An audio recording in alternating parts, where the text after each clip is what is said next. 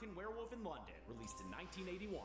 As the title suggests, this movie follows an American grad student who becomes a man-eating monster after a werewolf attack in the English countryside. Aside from the OG Wolfman, this may be the most famous werewolf movie of all time. It certainly has the most famous transformation scene. American Werewolf was written and directed by John Landis, who's probably best known for his comedies. He also directed Animal House and wrote and directed The Blues Brothers. Not surprising then that this movie is very funny. So much so that people sometimes get confused trying to classify it. See, American Werewolf in London is not a comedy. It's called a comedy. They keep calling it a comedy. It's very funny, I hope. It is not a comedy. It's kind of everything all at once. An effective horror movie with great scares and a tragic story, a hilarious comedy with best bud banter and memorable sight gags, an examination of cultural differences between Americans and Brits and urban Londoners and their country counterparts, and even a steamy romance with an absolutely gorgeous and kind of damaged love interest. More than 40 years after its release, An American Werewolf in London is I saw this stuff, the transformation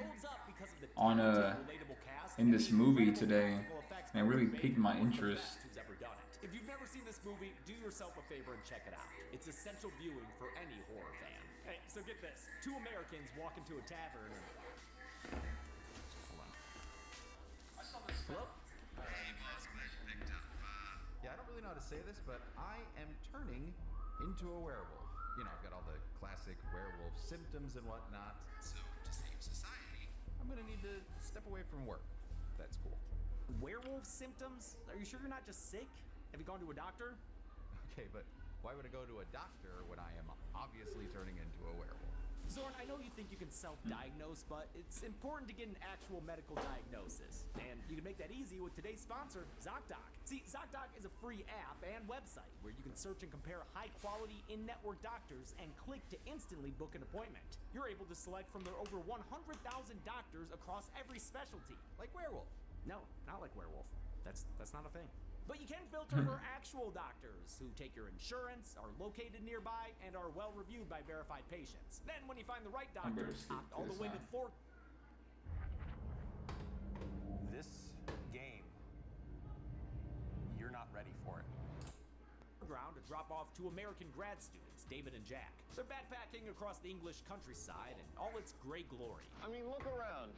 Isn't this a fun place? It's meant to be Yorkshire, a northern county in England, even though this opening scene was filmed in Wales. Guess that explains the sheep. Team Sammy. Right, sir.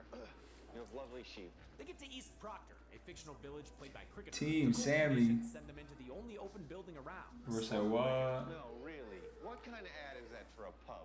A fucking metal one, dude. Enter this parlor of pentagrams and pineapples? Oh, and peepers. Lots of people prodding them with their eyes. It's a frosty reception from the locals, who see them as outsiders. Just look at the contrast. The boys are in puffy coats, begging for something warm to drink, while all these governors are in light jackets, drinking cold beer. Or, sorry, whatever. Some spooky wall. Everybody says this movie has the best werewolf transformation. Favorite black and white movies. Lon Chaney Jr. Universal Studios maintain that's the mark of the Wolfman. When they inquire about the pentagram, everyone just about shits their pants. Dark guy even misses his board. I've never missed that board before. And he's never missed that board before. The bar patrons kick their Yankee asses out the door with some travel advice. Stay on the road. Keep clear of the moors. Got it. Anything else? Yeah, you. Where the moon Yeah, you. No go on the moors and moon. Okay. In fact, they Yeah, already yeah. heard the same spiel from their sheepmen. Keep off the moors. Stick to the roads. Judging by the I'm probably gonna have to. It's serious advice. I'm probably gonna have to buy this movie and watch it. I don't know why, but I've been seeing a lot of hype about it. Like apparently, it's like one of those horror comedy kind of movies that age really well. So. What I love about American Werewolf is that after the Americans leave, we check back in with the locals. They debate the best course of action and show guilt over sending the boys out like literal lambs to the slaughter. But ultimately, they're too afraid of letting their little town secret get out into the world. John Landis came up with the movie's premise when he was only 18 and in the former Yugoslavia. He was in Bratislava working as a PA. Doesn't that sound so crazy to come up with like an entire idea for a movie? Like basically an entire script at 18. Like that's crazy young, bro. Like that's crazy young. On Kelly's movie's heroes when he witnessed a Romani funeral. They buried a man at a crossroads with garlic and rosaries to keep him from reanimating. Landis was taken aback. We put a man on the moon in 1969, and these people are worried about a zombie. He wrote a screenplay where the superstition was actually real, with an American kid like him having to deal with it. But he wasn't able to get the movie made until 11 years later, after proving himself with a trio of comedies, including Animal House and the Blues Brothers. For casting, he looked for actors reminiscent of himself and his friend as teens. It was mostly vibes-based. Griffin Dunn was cast as Jack without an audition, and David Naughton as David because of his work in a popular Dr. Pepper campaign. How that Dr. qualified Pepper. him to do the role that he had in mind. Hey. Is another story. Well, mostly because he seems so likable.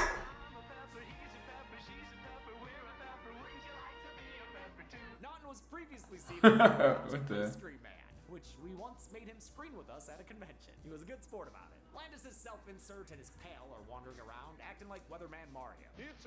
Hey, thank you for the like. The idiots chuckle fuck right off the rope. I'll basically just sit here and watch like anything on YouTube. So if you guys have any suggestions, just let me know. Come on, guys, you were given simple instructions. Beware the moon and stick to the road. I want to find conspiracy videos low key. 67% blood. What does that mean? Oops.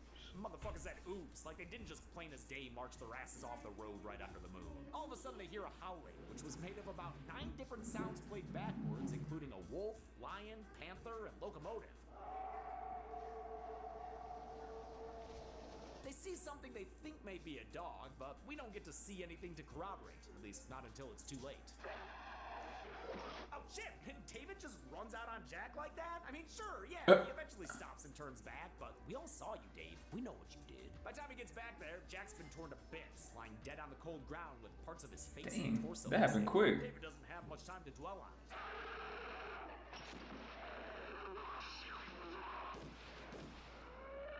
All of a sudden, he's down on the ground too, next to a naked guy who seemed to come out of What nowhere. the? He's got a bunch of holes in him, thanks to Oh, the silver werewolf lamp guy, okay. who have come to rescue David in American fashion.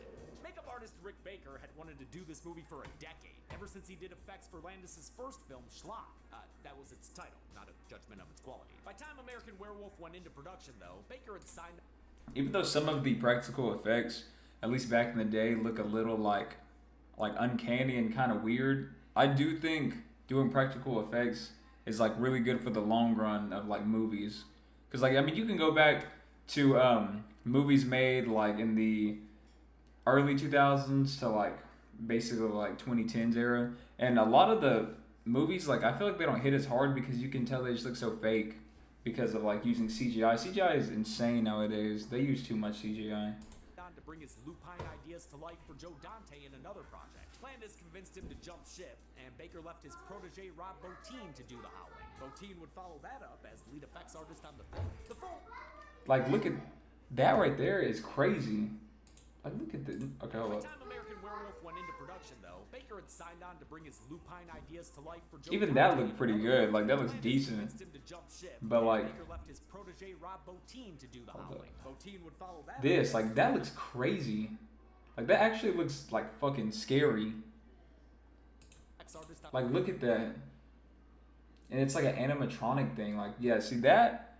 Like, that actually is like scary, bro. the thing. The film. If they did that shit with CGI, it just looked fake as hell. And he asked Doug to go easy on it. He didn't. First take, he like grabs hold of the wolf, like rips the foam face right off the skull. He got him back after he fixed the head by beating the crap out of him with it. The injured David is airlifted to a hospital in London where he's tended to by horny nurses. Chart says it's from New York. Oh, I think he's a Jew. And why do you think that? I've had a look. Lady, that is a violation on several levels. Thankfully, Dr. Hirsch puts an end to the harassment. Nurse Gallagher, surely you perform some function here at the hospital? Oh, damn, he must be from the burn unit. David spends 3 weeks in a coma suffering from deadite nightmares. Deadite-mares? When he wakes up, he finds another American at his bedside. Tobias Fuke. Sorry, no, it's Mr. Collins, played by freaking Frank Oz, puppeteer and voice actor for Fozzie Bear, Miss Piggy, Grover, and freaking Yoda. Landis That's lit. the finale of the Muppet movie and wound up including Oz in 6 of his films. Mr. Collins tells David that he works at the, wait, I'm sorry, where was it again? The American Embassy here in Grosvenor Square. Wait, did you say Where have I Grover seen Square? that, dude? Oh yeah, what street, dude? Yoda Lane? Between this Muppet at his bedside and the news that his best friend is dead, David freaks out so much they have to stick him with medical drugs. A couple of cops arrive named Inspector Villiers and Sergeant McManus. They're here to look into Jack's murder and provide comedic relief. Some tea. Oh, thank you. I'd like some tea, please. Maybe not, no thanks. Maybe later. With one job accomplished, they talk to David about the case. He tells them they were attacked by a wolf, but the locals from the pub have covered their tracks and said the attack came from a man, baby! An escaped lunatic who tore Jack to pieces. They say a madman has the strength of 10. Besides, they've got a man's body in the morgue, a naked one, so the case seems pretty open and shut. 2 strong boys would be able to defend themselves against 1 man. I said shut, McManus! You do not put Red up on the board voluntarily. With no one to turn to, David retreats to his Twilight fantasies, with POV and PNOV shots of him running through the forest, dressed in nothing but a scent for the hunt. Oh, and blood. He's also dressed in blood now, too. His waking hours are a lot more enjoyable, thanks to the What is bro presence of dreaming Nurse about? Alex Price. She's super into this American boy. Come on, Nurse Price. You can call me Alex. She speeds right into the mothering part of their relationship by feeding baby Dave some din din. Ooh, baby light. Baby says more. Nom, nom, nom, nom.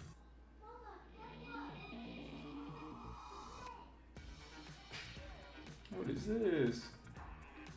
Man, has that Skate 4 game came out yet? Anything in me. Certainly does When does today. that come out? You start Is that out seeing already? his forest dreams I need to check. and thriller makeup tests. To keep the nightmares at bay, Alex camps out in his room and reads Widow Jackie Boy to bed. It's a thematically appropriate book too. Mark Twain's a Connecticut Yankee in King Arthur's court. Her reading's so good, he just can't help but fall in love. You're a very beautiful girl. I mean, that's putting it lightly. Jenny Agutter is simply breathtaking in this movie. We've seen her on the count before in Child's Play 2 as Andy's foster mom. Safe and sound back in the States, David diligently does his homework while his family unwinds watching Mr. Collins' day job. But before you can say, wait a minute, when the fuck did he get back home? There's a knocking at the door. Oh my fucking god, what the fuck? Why are there blasting everything to pieces all of a sudden? In a truly terrifying sequence, they kill everyone. His parents, his siblings, oh god, even Kermit! As his house is torched, David's throat is slit in a kill that could have wound up real since they used an actual knife. Holy shit. David wakes up from his nightmare, and the dream kills I'm not gonna count, to find Nurse Alex at his bedside. Thank god. She's a real ray of sunshine. Oh shit, they got a scan! Holy shit. Bro, what is bro dreaming about? Nightmare was inspired by the Buñuel film Discreet Charm of the Bourgeoisie. I think it's fucking terrifying. It's so violent, and those Halloween masks on the Nazi demons, they're so unsettling. It also continues the long-standing association between Nazis and werewolves, which came from a Nazi resistance force plan inspired by Germanic folklore, where werewolves are seen as protectors of the land. Now David's awake for real, I think. I mean, he does still face nightmares like British food. Oh, and also Jack. He's back, and quite the sad sack thanks to that werewolf attack. At this point, David doesn't know if he's awake or asleep, or how real this post-mortem visit from his best friend is. I realize I don't look so hot, David. And boy, I wish I could show it, but I am telling you, YouTube has really been up our asses about violent content lately, because I guess the internet's for babies now. I don't want to go into a whole Patreon ad mid-video, but we have been needing to blur a whole lot more lately for YouTube. And of course, we still offer kill counts with all the gore unblurred on our Patreon for only a single $1 a month. But for the next 2 weeks, Damn, we're $1 gonna make it a month. cheaper. You can get a year's membership to the $1 tier for just about $6, or a year's membership to the $5 tier for just about $25. $5 tier's got some great stuff. Check it out. That's like 50% off our 2 cheapest tiers. So take advantage for the next 2 weeks. $1 a month. Patreon.com/deadbeat. That's actually Use the nice. code GetGory. God, doing an ad in the middle of a kill count, this fucking sucks. I'm so sorry. I'm so sorry. Jack provides afterlife intel about their attack. We were attacked by a lycanthrope. I'm sorry. A what? A werewolf. Oh, thank you. Jack is doomed to haunt the earth until his werewolf killer's bloodline is destroyed. And the terminus of that bloodline is David. So until he's dead, Jack is a living dead man. I love this part of the movie, the apparition of Jack that David never knows is real or not. It's a total mindfuck for him. How can he know if this is real or just the manifestation of survivor's guilt? A distressed David nabs a kiss from Nurse Alex, who immediately invites him to stay at her apartment? Okay. This instant attraction to and mad horniness for David could come off as a poorly written love interest, but Agutter really makes the character work. Damn, the hairstyles go crazy, bro.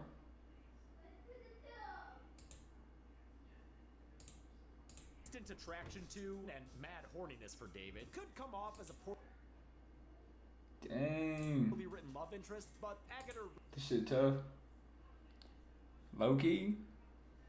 really makes the character work. She's clearly whip smart, knows what she wants, and is forward as all hell. I find you very attractive.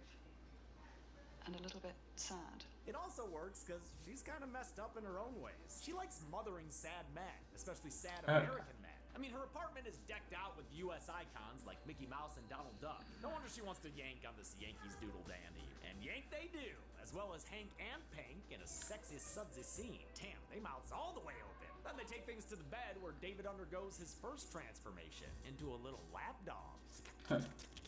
I bet a lot of people get automatically aroused now when they hear Moondance, the jazz standard by Van Morrison that scores the scene. Every song in this movie has Moon in the title, including 3 versions of Blue Moon. They tried to get Cat Stevens' Moon Shadow and Bob Dylan's Blue Moon, but both declined. Dylan for religious reasons, Stevens because he believed werewolves were real. Not sure why they didn't go with Werewolves of London though. That one seems like a layup. David gets a post-coital Jack scare by Jump. You know what I mean. He's back again, greener than ever. Whew, you know it smelled bad in there. Jack reminds David that tomorrow's a full moon when he'll become a monster and kill people. Or, even worse, spread the werewolf curse further, making it impossible for Jack to rest. He urges David to self-sacrifice so he won't have to show up again later in a different makeup. Griffin Dunn had to have his body cast by Rick Baker months before production began. He wasn't a fan of the practical magic. His first gory look caused him to become depressed, seeing himself in such a state. The second stage, more gaunt, green, and ghoulish, didn't rattle him as much, but was still a bitch to apply. I could appreciate how exciting it was for everyone else putting it on. But to be the guy sitting in the chair from 4 in the morning for 6-7 hours, you know, the thrill of that wore off pretty quick. David gets back in bed with Alex, where he starts talking about Universal Pictures. Did you ever see The Wolf Man?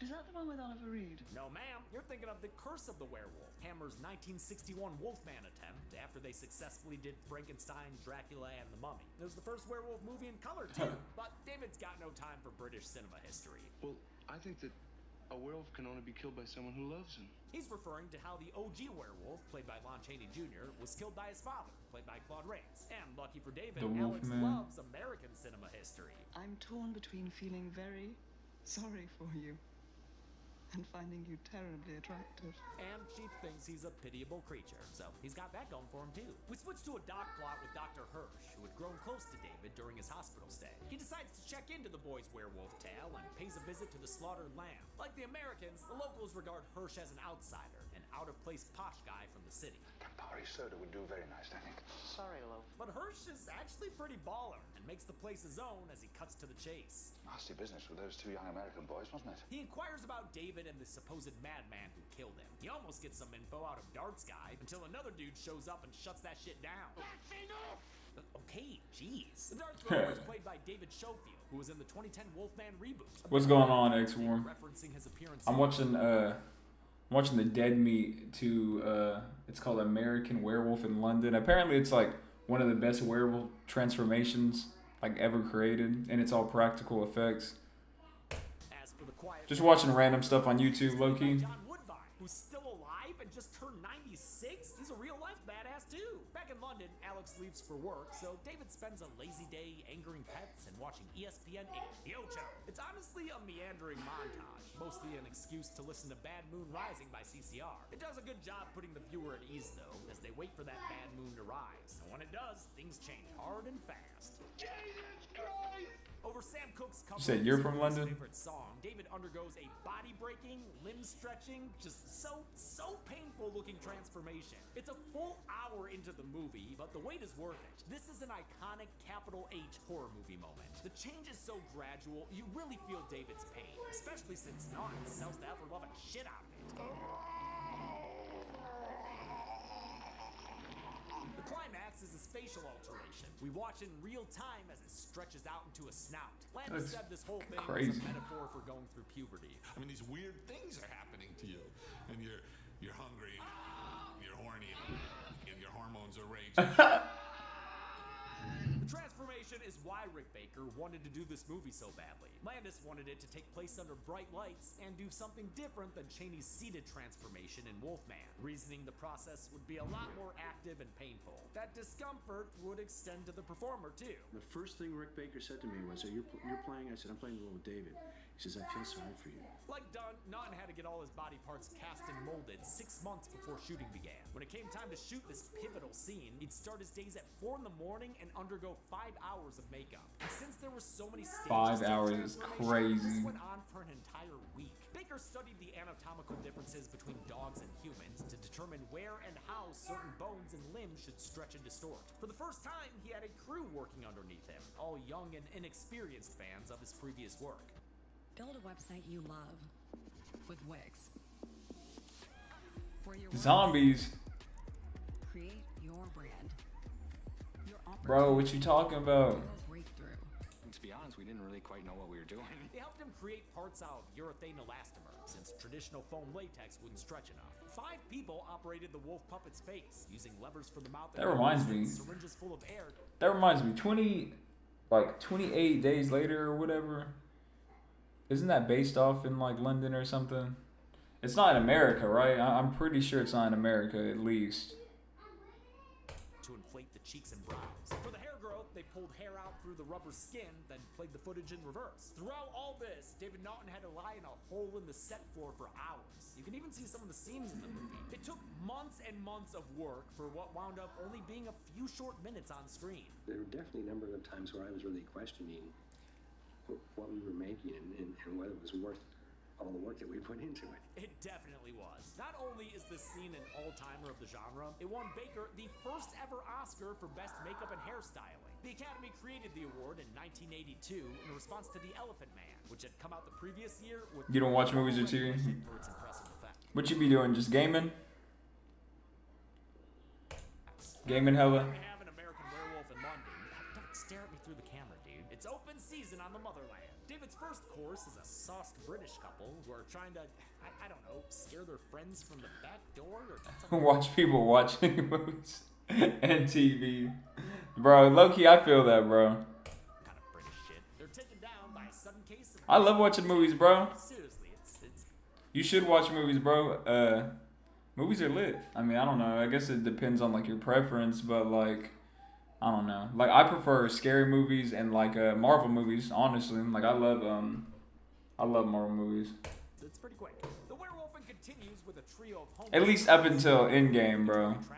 Low-key, they kind of started falling off after Endgame, but... Sorry to anyone wanting to see Homewood. Honestly, I can't even be mad that Marvel started falling off after Endgame because, I mean, that was, like, a crazy, like, that's, like, literally peak. That's like peak superhero movies. It's just insane, bro. So yeah, of course they were gonna fall off a little bit, and then everything that happened with that Kang actor and whatnot, like I don't know, it's just. Get killed. You know, actually, I'm not sorry. That sounds sick. You're sick. In fact, the movie's original cut did include footage of their deaths, but test audiences hated it so much, Landis settled for a cutaway. At least Winston the dog survives. The werewolf attack vignettes continue on the tube with the most British victim yet. I can assure you that this is not in the least bit amusing. The dude is chased around Tottenham Court Station by a werewolf POV done by Ray Andrew running around with a Steadicam. Then the dude eats shit on the escalator. Hey man, you're gonna want to get up. You're on an escalator, dude. He doesn't and ends up being killed off screen after the werewolf appears completely on screen for the first time in Landis' favorite shot of the movie. This victim was played by Michael Carter, who played one of my longtime favorite Gleek globs, Bib Fortuna. Yawanawanga! All the while, Dr. Hirsch continues to study for his Van Helsing degree. He fills Alex in on his adventures in the country, where he ruined all TV and movies for you? That's wild, bro. That's a crazy take. Hell no, I don't want to know what it was. I don't want to know. It seems to him, David I don't need TV and movies ruined for me. Hey, but watch anime. Watch Attack on Titan. Before any visitors can draw him like one of their French wolves, he breaks out of the enclosure in an impressive shot. Naughton's acting alongside real wolves here. He only agreed to do the long take of his escape once, but boy did he nail it, naked and all. David runs all over, flopping in the breeze, and stealing balloons from kids? A naked American man stole my balloons. What?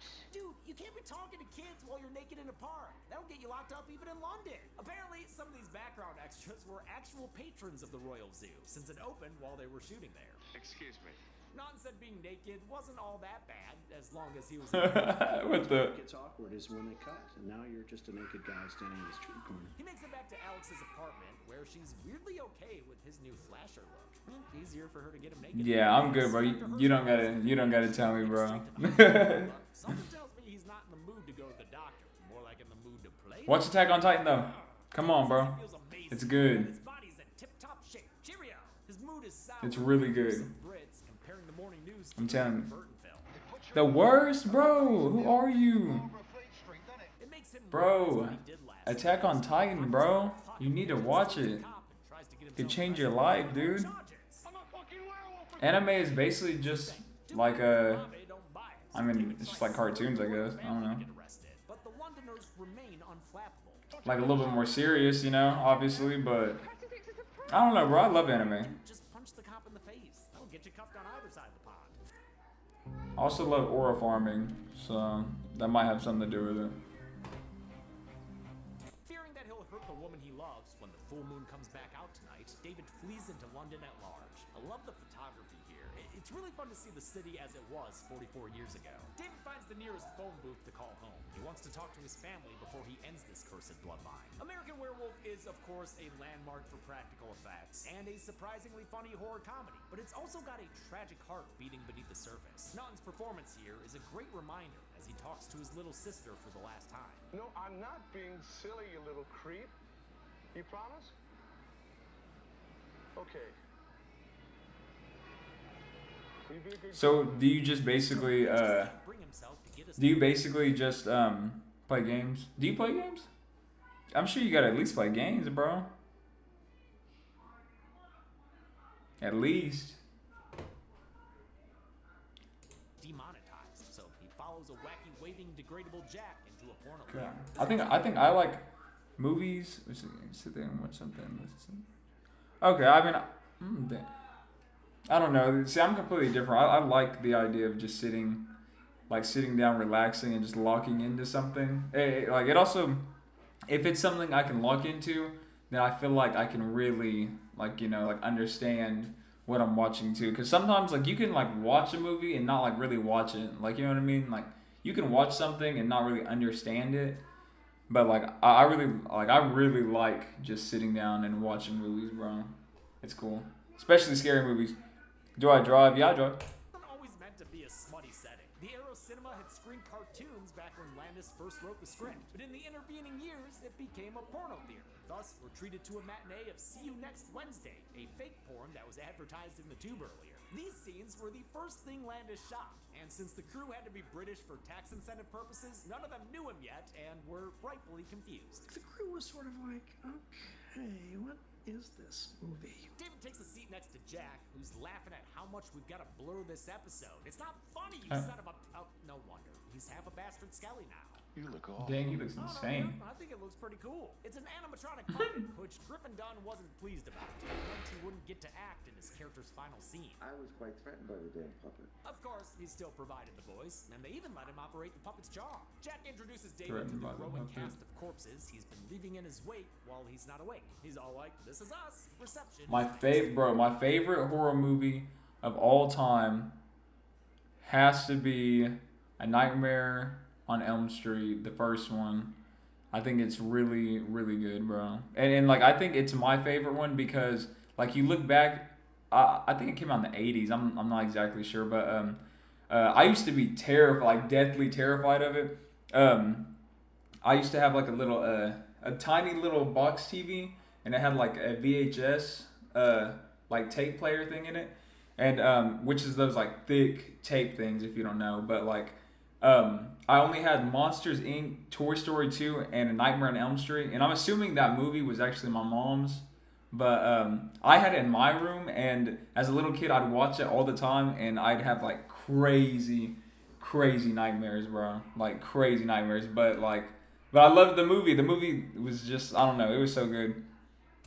You must die, David. And like honestly, the concept of Freddy is like such a good concept. I'm surprised there's not like any crazy like well done reboots, because like I don't know, if I was to get a Nightmare on Elm Street remake, I'd want it to be mostly practical effects. I feel like that would be doing it justice. But yeah, the concept of this guy being able to murder you in your dreams, like, it's wild, dude. Like, it's honestly crazy. Like, they need to hurry up and hop back on to that, bro. Same for Jason. Where's Jason? Like, where are these movies? Yeah, I think, what did I see? I saw something. It was probably here on YouTube, but I think I saw something about apparently Freddy was based on like, I think it was like a ship, like a crew. They were all being haunted and like, or I don't know if they were necessarily being haunted, but like it was like a cruise ship or something like that. There was some people on a boat and they were like all dying in their sleep or something. I might have to look it. I might look it up after this, but yeah, it had something to do with that. Full moon comes out again, so David joins in with the movie soundtrack. Stop. He transforms much quicker this time around and proceeds to kill 3 people. First, a friendly porno patron who bites the big one off screen. Then a theater employee who runs in and gets killed and can be seen getting eaten later. And finally, another guy, must be another patron, whose body is found by a police officer. The cop acts fast and closes a gate, barricading the werewolf inside the theater. He calls in the heavy artillery as a crowd gathers round to see what's going on. They're treated to a theater show when the werewolf busts through the gate. Inspector Villiers shows back up just in time to get a good kill. What the hell's going on here? Imagine being able to build anything just by thinking about it. Meet Base 44, a complete... Excellent work. Only wish the clumsy sergeant had like tripped over the head or something. In an awesome sequence, David tears through a crowd in Piccadilly Circus, a famous public square in London's West End. He causes an enormous traffic pileup that sees one poor double-decker bus rider flung through a window and smushed beneath car tires. A lot of mayhem going on here, but I'll only count 2 additional kills. A dude flung through a car windshield and a woman seen lying dead on the street. I'm not counting the cop getting crushed between 2 cars. This climactic attack is the most we get to see Baker's werewolf, which Landis may have regretted in retrospect. I became enamored of Rick's work, so I showed it too much. I still think when I see the movie, you see it too much. A lifelong fan of classic Universal monsters, Baker was eager to make a humanoid werewolf in the vein of Lon Chaney Jr. But Landis said he wanted a quadrupedal so-called demon hound from hell. So Baker drafted a beast partially based on his dog Bosco. Occasionally, nearly 3 decades later, Baker would get to make a more traditional werewolf and win another Oscar for the 2010 Wolfman remake. The shots of the werewolf running amok were done in a few different ways. What's up, bro?